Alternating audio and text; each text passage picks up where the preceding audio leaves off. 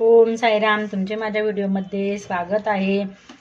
Video कुठे न skip करता पूर्ण बघा व व्हिडिओ आवडल्यास लाईक आणि सबस्क्राईब करा। आज एका नवीन व्हिडिओ मी तुमच्यासाठी घेऊन आले आहेत। अशा एका सुंदर झाडाबद्दल मी माहिती देणार आहे। अशा सुंदर व मनमोहक फुलाबद्दल आज काही वैशिष्ट्ये जाणून घेऊ। ते वैशिष्ट्य असे की जे फूल सकाळी उमलते तेव्हा ते सफेद कलरचे असते, त्यानंतर दुपारी ते थोडे गुलाबी कलरचे होते व संध्याकाळी लाल किंवा चॉकलेटी अशा कलरचे होते। एक दिवसभरात ते फूल 3 कलरमध्ये ट्रान्सफर होते। तर या फुलाचे बदलणारे रंग मनाला मोहित करतात। तुम्हाला समजलेच असेल मी कोणत्या फुलाबद्दल बोलत आहे। ते मी मधुमालतीच्या सुंदर व मनमोहक फुलाबद्दल माहिती देत आहेत। मधुमालती ही एक अशी सुंदर सदाहरित वेल आहे जी तिच्या आकर्षक सुवासिक फुलांमुळे व तिच्या बागेत लावण्यासाठी एक लोकप्रिय निवड आहे। मधुमालती लहान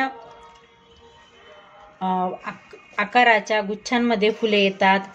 फुलांचा सौम्य गोड सुगंध असतो। हे वेल 8 ते 10 मीटरपर्यंत वाढू शकते। ही वेल आपण 8 ते 10 इंचाच्या कुंडीत लावली तरीही चालेल। मधुमालतीच्या झाडाला नियमित पाणी व सूर्यप्रकाशाची आवश्यकता असते। मधुमालतीचे झाड हे आपण बियांपासून लावू शकतो किंवा याची कटिंग सुद्धा तयार करू शकतो किंवा आपण याला नर्सरीतून आणू शकतो। या झाडाला चांगली निचरा होणारी माती व खत असलेली माती लागते।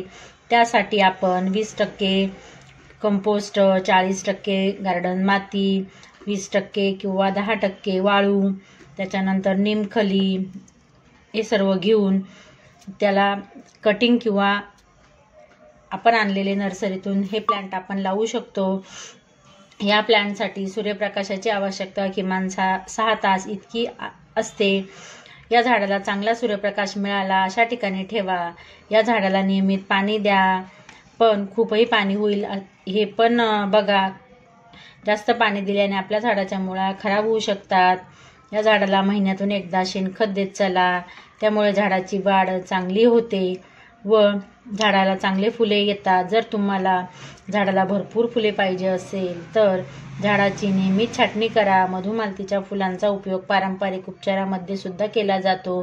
या झाडाला साधारण मार्च ते जून आणि ऑगस्ट ते ऑक्टोबर अशा दरम्यान फुले येतात आणि भरपूर असे फुलं येतात की ज्या झाडाला पाने कमी पण फुले जास्त असतात, त्यामुळे आपलं झाड खूप मनमोहक दिसतं। तर हे झाड मी आत्ता महिन्यापूर्वी लावलं आहे। नॉर्मल अशा कळ्या आलेल्या आहेत, अजून ते वेलीच्या रूपात झालेलं नाही, तरीही एक दोन फुले येत आहेत। तर चला, माझंही झाड कधीतरी वेलीच्या रूपात प्रसार होईल आणि भरपूर असे फुले त्याला येतील, मी त्याचीच वाट बघत आहे।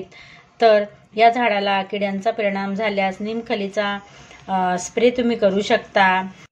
तर चला, तुम्हाला माझा व्हिडिओ आवडला असेल तर लाईक सबस्क्राईब करा व कमेंट करा आणि भेटू आपण पुढच्या व्हिडिओमध्ये।